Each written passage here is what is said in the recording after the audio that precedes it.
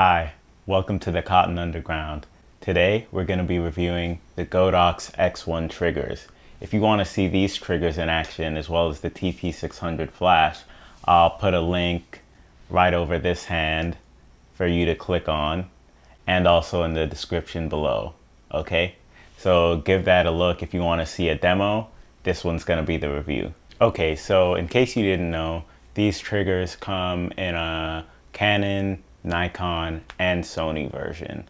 You can also use them on other camera brands, but they won't always have the same functionality. You can do some research if you want to find out if they work with your particular camera. I actually own both the Sony version, which is here where you see their special interface, and the Canon version. So I've used them both. The Sony version I've used on my A6300 and the Canon version I've used on my Canon 60D. So what do I think of these, right? Well, overall, I think these are actually excellent, right? They're a great deal, low cost, and they just work. I haven't had any problems with them not communicating with the flash that I use them with. And I think they're a good investment because even if you do like I did, right? I started off with this Godox TT600 flash, and in the future I plan to upgrade to better speed light and also a full mono light that Godox has, and I'll be able to keep these triggers as I upgrade. I think it's a really good investment, especially if you're planning on upgrading in the future.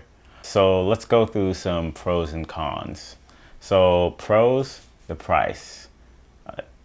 Like, you can get these things for like $50 on Amazon, and they give you high-speed sync, TTL, like pretty much everything you'd need for $50.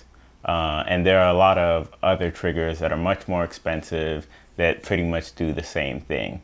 The other pro is, like I said, the ability to use it with a whole range of products by Godox and also, Cheetah Stand and Flashpoint. Like, a lot of them are actually the same products, just rebranded.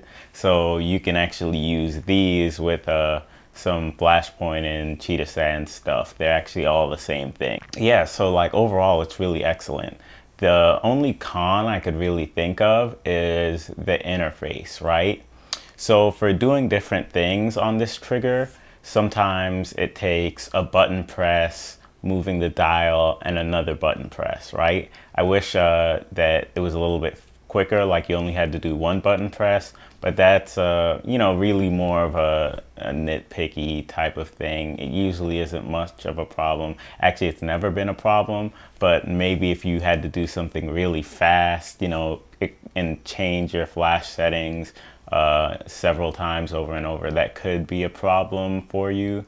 But it hasn't really been a problem for me. It's just something that I wish they could improve on. But overall, I think this is great. If you're looking to get into high-speed sync and TTL and you don't want to break the bank, then these Godox triggers are definitely the way to go. All right, if you have any more questions, leave them in the comments below. Make sure you guys give it a thumbs up if you liked it, and subscribe to the channel. I have my photography up on Instagram and some stuff on Tumblr. The links to all my social media are in the description below if you want to check any of that out. All right, thanks guys for watching. Have a great day.